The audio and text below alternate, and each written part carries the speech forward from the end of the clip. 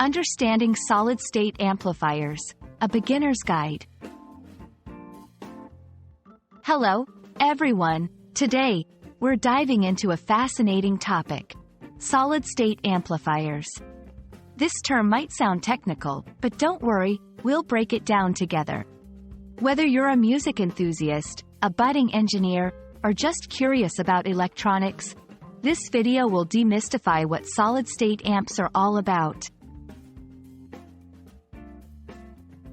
A solid-state amplifier is a type of amplifier used in various electronic devices. Unlike older tube amplifiers, solid-state amps use semiconductor devices, like transistors, for amplification. These components are what give the solid-state amp its name. They're in a solid state, not relying on vacuum tubes. In this section, we'll explore the key components of a solid-state amp.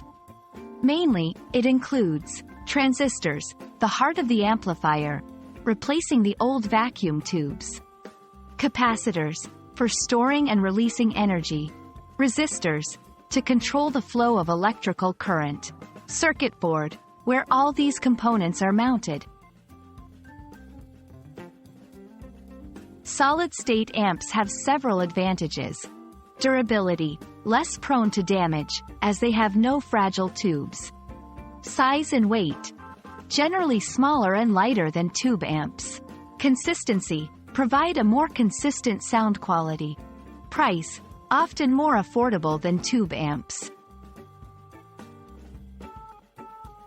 You'll find solid-state amplifiers in many devices, including guitar amplifiers, popular among musicians for their reliability; home audio systems, providing clear sound for your music and movies; public address systems, used in venues for announcements or performances.